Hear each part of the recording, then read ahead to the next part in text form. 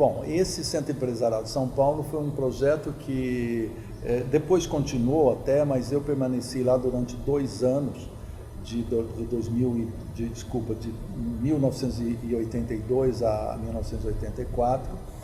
E quando eu estava fazendo os shows lá em 84, coincidiu com o início de trabalho meu no Maxud Plaza, no Hotel Maxud Plaza, no 150 Night Club. O 150 Night Club foi, no Brasil, com certeza, o melhor night club. E algumas pessoas diziam até que era o melhor night club da América do Sul. Eu acredito até que sim. Passaram por lá grandes artistas, grandes nomes. E na época, dentre outros artistas que eu empresariei, que eu produzi ao longo da minha carreira, na época eu era empresário também, além de Toquinho e MPB4, Francis Raime, era empresário do Arthur Moreira Lima. E o Arthur, aí me chamaram para o Maxud para me perguntaram se eu teria interesse em fazer o Arthur lá. E eu fui lá para fazer uma reunião, e o César Castanho, que eu não conhecia ainda, que cuidava dos shows lá, foi com ele que eu tratei na época, acertamos, cada artista lá fazia sempre 10 shows, eram shows de quinta a sábado. E eu fechei o Arthur. E durante a temporada, logo no início, na primeira semana, eu percebi que o César Castanho estava de saída do hotel, ele estava se despedindo, que aquele era o último show dele. E eu continuei fazendo shows, e naturalmente eu comecei a conhecer todas as pessoas lá, o Roberto Maxud, que era o diretor, o Nelson Garcia, que era um controller, 2 grandes amigos meus até hoje, e fui me enturmando com o pessoal de marketing e tal. E aí, como o César tinha saído, eles me perguntaram: Fred, você tem mais algum artista que você possa trazer para cá?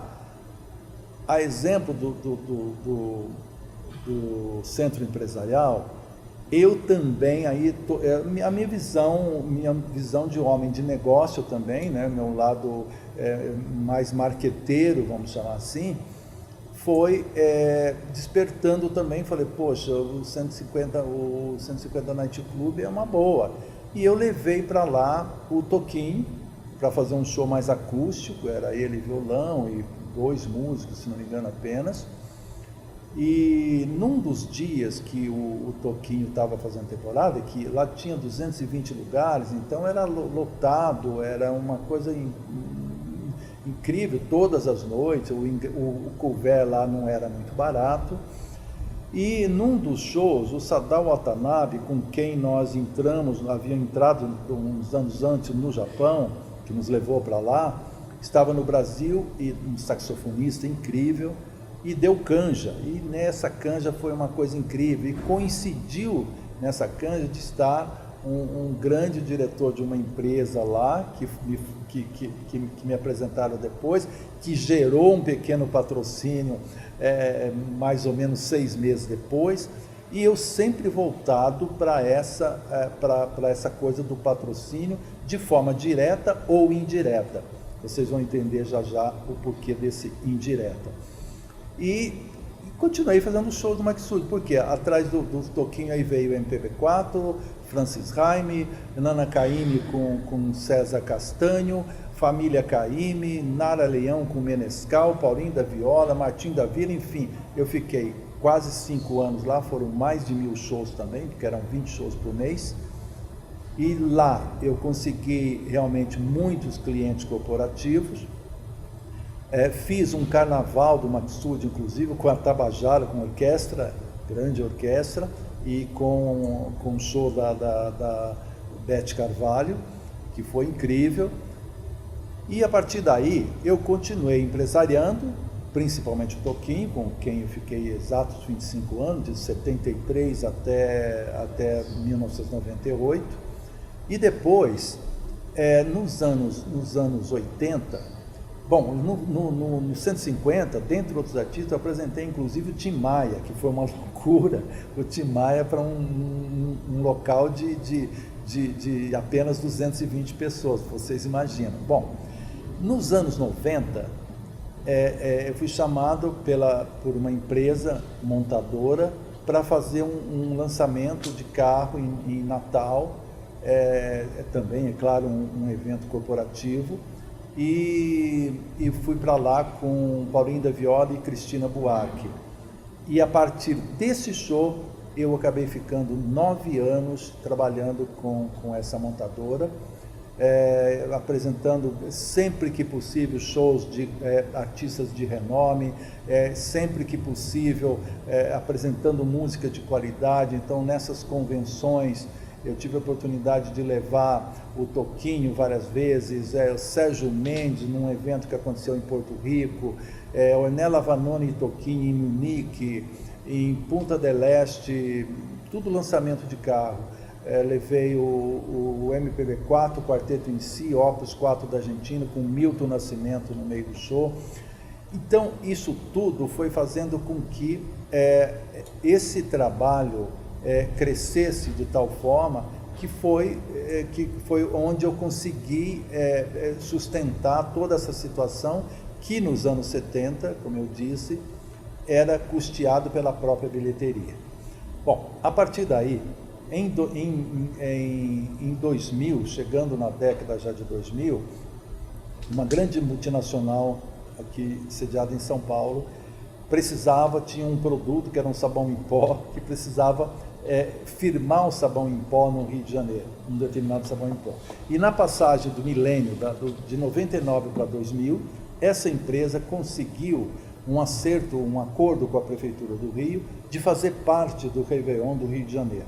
Muito bem.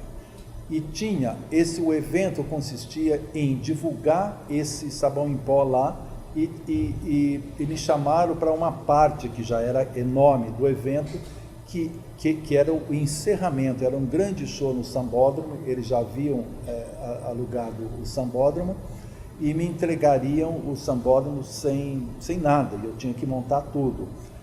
E eu ganhei a concorrência, eram 3 empresas, e fui fazer esse show. Então, aí montamos, a proposta era, a pessoa doava uma roupa branca em bom estado, para conseguir o ingresso do show. Essa roupa branca foi lavada por um parceiro, uma empresa parceira dessa multinacional, e depois estendida no Flamengo, e o objetivo era montar o maior varal de roupa branca do mundo, para ir para o Guinness Book, e foram 23.500 metros de roupa branca que foram estendidas por grandes atletas na praia do Flamengo.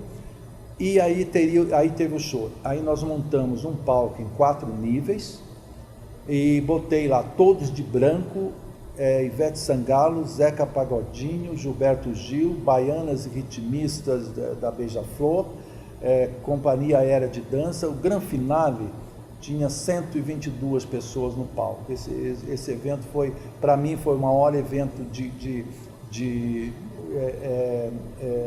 corporativo que eu fiz. Eu queria voltar um pouquinho à década de 90 para falar de um grande evento que eu fiz para o Ministério da Cultura. Em 1997, eu ganhei também uma concorrência, eram 3 empresas. Aconteceu em São Paulo o 2º Encontro da Cultura Brasileira. Como o próprio nome diz, foram todos os segmentos culturais num só evento, que foram 5 dias, de 5 a 9 de novembro de 1997. Passaram por São Paulo na época, shows acontecendo em praças, em teatros, no Sesc Pompeia, todas as dependências, Fundão da Barra, Memorial da América Latina, enfim, foram mais de 1.000 artistas em 5 dias de evento. Então, quando eu preciso falar de espetáculos grandiosos, né, sobre todos os aspectos, eu costumo sempre citar esse que foi o cultural e o corporativo, que foi esse do Sambódromo. Esse show, esse evento, aliás, corporativo de 97, também renderam muitos dividendos, como se fala em negócio, né? O que eu quero enfatizar aqui, que foi o que aconteceu comigo na trajetória minha toda, é que, é claro, para cada tipo de negócio tem um critério, tem uma regra que cada um estabelece de acordo com a cultura da empresa, com o que se pretende atingir com um determinado produto, enfim. A maneira que eu vi para lidar com o meu produto, que é um produto que você não é sólido, né? Não é um copo que você pega, que você estoca, que não vende hoje, pode vender amanhã, não. Quando me perguntaram uma vez numa entrevista, Fred, o que você vende exatamente? Eu respondi, sonhos, fantasias, é isso que eu vendo. Agora, uma coisa que eu notei, que isso aconteceu também muito naturalmente, permeando toda essa história que eu coloquei até aqui, a relação que na época também era um pouco diferente do que muita coisa que a gente vê hoje, quando eu comecei. A relação humana do empresário produtor com o artista. Isso é de uma importância enorme, porque, como eu disse, nós não vendemos um produto sólido, nós vendemos fantasias, sonhos. E a relação, porque ele se torna meio parceiro, né? O artista com o produtor que está junto ali, está viajando, está no carro, está no avião, enfim. Então tem uma relação muito próxima. E eu gostei muito disso. E felizmente, volto a frisar, Vinícius de Moraes não só me abriu no sentido de me apresentar para o mundo artístico, mas me ensinou muito também. Eu aprendi com o Vinícius muita coisa que podemos chamar até de delicadeza mesmo, de como lidar com cada situação. Isso faz a diferença. Em 2002, numa noite insone, eu estava sozinho em casa e percebi que não ia dormir mesmo, que tinha que levantar, eram 3h30 mais ou menos da manhã, e levantei. E fui fazer um café, eu fumava cachimbo na época, aí sentei numa poltrona com um cachimbinho, e eu lembrei de uma agenda que eu queria criar, uma agenda diferente para a minha empresa, não era uma agenda para eu vender, livraria, coisa, não. Essa ideia, ela estava recheada com alguma coisa bonita, alguma coisa poética e tal, que no fundo eu carregava essa ideia desde quando eu ganhei, que aliás ganhei durante 2 anos, uma agenda de um grande amigo meu, que é Oswaldo Mendes, dramaturgo, ator e meu amigo há mais de 50 anos. Ele não gosta que eu fale muito disso não, mas é há mais de 50 mesmo. E eu tinha aquilo na cabeça, e naquela noite veio essa agenda na cabeça, naquela insônia. Por isso que eu digo que às vezes insônias também podem ser muito criativas e produtivas. Veio aquela, e eu fui para a mesa e comecei a rascunhar como seria a minha agenda. O que vai ser uma agenda semanal, o que ela vai ter de diferente, eu vou escrever uma frase por semana, e comecei anotando umas frases minhas. O que eu diria para minha namorada na semana tal, o que eu diria para minha filha, o que eu diria para um amigo tal, e fui escrevendo, anotei ali 7, 8 frases, e de repente eu percebi que eu estava anotando umas frases do Vinícius de Moraes, e isso foi crescendo, e de repente estava homenageando o Vinícius de Moraes na minha agenda. Bom, eu fui para o escritório, abri o escritório aquele dia, eu morava próximo do escritório, eu tinha um escritório lá na Henrique Schalman, e passei a limpo. Eu tinha, no lado oposto da minha mesa, era uma sala comprida, tinha um cantinho Vinícius de Moraes. Eu olhava lá para o cantinho, tinha a mesa que ele usou em show, a última mesa, o uísque,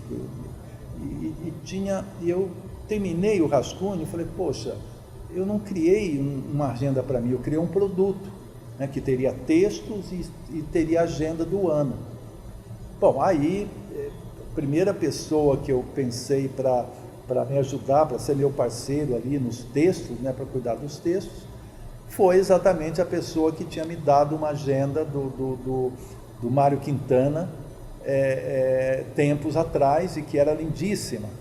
Era editado, se não me engano, pela editora Globo, que deixou de editar, não sei porquê, era lindíssima essa agenda. Eu procurei o Oswaldo, ele topou a ideia, eu procurei a família do Vinícius, com quem eu sempre tive uma relação muito boa, aprovaram a ideia, curtiram, abriram o acervo do Vinícius lá na Fundação Casa de Rui Barbosa, no Rio, para a gente fazer a pesquisa, e aquilo foi crescendo, e fizemos, bom, aí lançamos, e antes do lançamento, a Luciana Moraes, que era uma das filhas do Vinícius, que cuidava da agência, da empresa, né, da VM Cultural, me perguntou se eu ia fazer algum lançamento, assessoria de imprensa. Eu falei, vou. Eu falei, não, eu estou perguntando porque... Lembra da Maria, minha irmã caçula? Eu falei, lembro, mas eu lembro dela com 4, 5 anos, pentelhando de vez em quando, nos camarins. Não, pois é, mas ela não tem mais 4 anos, ela tem mais de 30, é jornalista e é assessora de imprensa. Eu tive o privilégio de ter, no lançamento desse projeto, que se chamou Anotações com Arte, a filha caçula do Vinícius fazendo assessoria de imprensa. Bom, esse projeto deu super certo. Aí o Chico Buarque tinha sido um dos presenteados na época. Sim, aí lançamos a agenda em livrarias e tal. E o Chico gostou do projeto, falei com ele, ele topou, ele foi o próximo homenageado, fiz 2 edições com ele, 2005, a do Vinícius era 2003, o dele foi 2005 e 2006, depois veio Tom Jobim, depois 50 anos da Bossa Nova e depois a Dona Irã Barbosa. E a Dona Irã Barbosa, falando de São Paulo e tal, e essa cidade que me acolheu tão bem, em 2023 eu completo 50 anos de carreira, pretendo fazer uma comemoração, é claro, e registrar alguma coisa, principalmente das obras da tríade do meu início, do meu primeiro ano de trabalho, Paulinho Nogueira, Toquinho e Vinícius de Moraes. Fazer um grande show, eu estou rascunhando, estou trabalhando, colhendo material que eu tenho, um acervo grande para um livro fotobiográfico, e fazer um trabalho sobre São Paulo, músicas de São Paulo. E essa inspiração tem muito a ver assim, com a minha história em São Paulo, uma cidade que, é claro, não é fácil, né? É uma cidade com alguns dissabores, mas muito acolhedora também, e vai ser, de certa forma, também uma maneira que eu encontrei de homenagear São Paulo. Isso para 2023. Enquanto isso não chega, hoje eu presto consultoria para artistas principalmente novos, faço gestão de carreira e atendo alguns clientes corporativos, principalmente corporativos fidelizados, poucos clientes. É isso que eu faço hoje e virei também um pouquinho um contador de história, que é um show também, não é um show, é um pop show, que eu conto histórias que eu vivi durante esse período todo, e sempre tem uma música linkando com essa história, que é normalmente interpretada por uma cantora. Se chama Histórias de Bastidores.